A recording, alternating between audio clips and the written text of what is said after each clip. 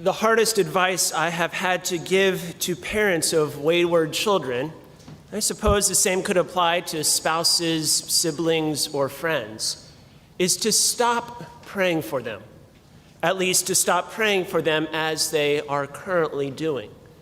When somebody that we love is in moral danger, our inclination is to ask God for help, to save them from greater harm.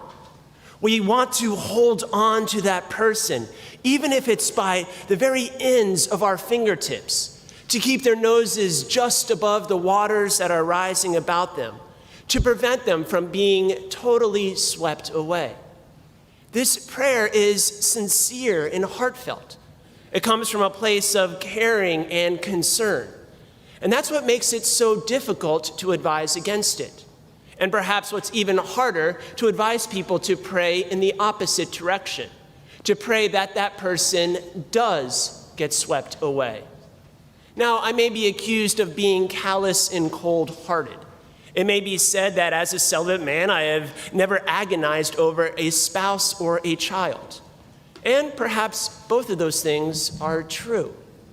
But be that as it may, the scriptures seem to suggest some support for such a seditious statement, that our prayers for help may not be in accord with God's greater plan, at least that plan as we have narrowly envisioned it. And furthermore, those prayers may be obstacles to strengthening the faith, not only the faith of that loved one, but also our own. We read in the gospel today that Jesus was friends and loved Martha and her sister Mary and her brother Lazarus. But upon hearing the news that Lazarus was mortally ill, Jesus decides to remain where he is for 2 more days. Not exactly the haste that we would have suspected for somebody that he supposedly loves.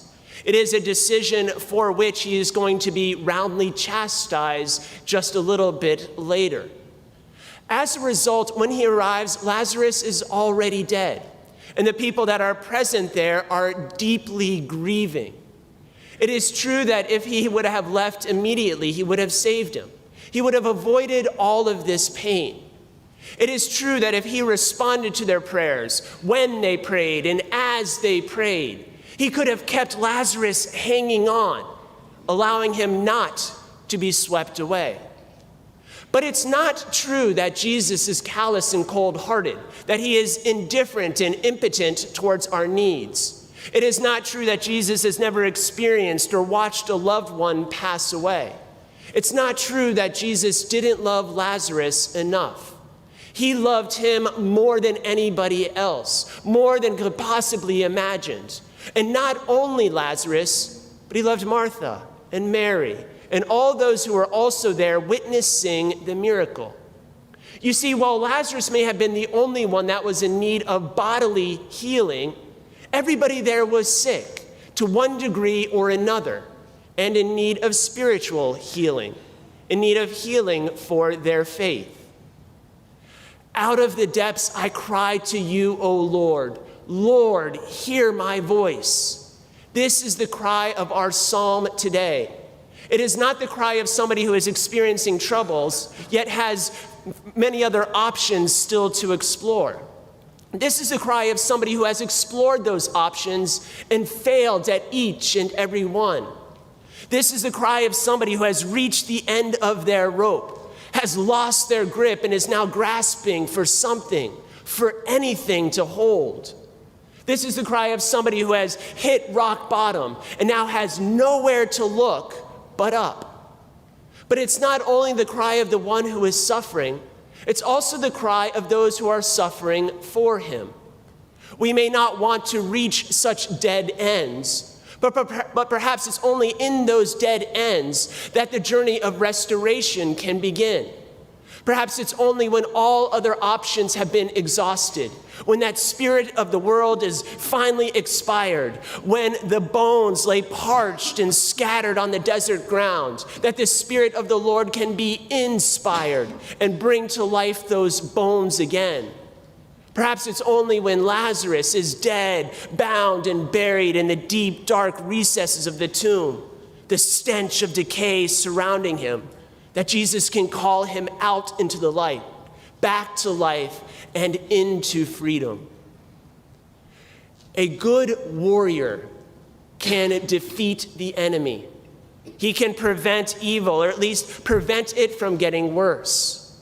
But a great warrior can use the enemy's own weapon against him. He can take that seeming victory of his foe and make it his own. Jesus Christ is the greatest of warriors, and he takes the enemy's most powerful weapon, which is death, and he turns it against him, and he makes it his own. In fact, he makes it the very doorway to eternal life. What seems to be the sad ending of the story is but its happy beginning. It may not be the way we wanted it. It may not be the only way it could have happened, but it is the best way that could have happened. Sometimes I wonder if Jesus is just showing off, if he just wants to prove his power. But I think the truth is that he wants to ensure that there is no confusion as to the cause of these miracles, that we can attribute it to nothing and no one else but him.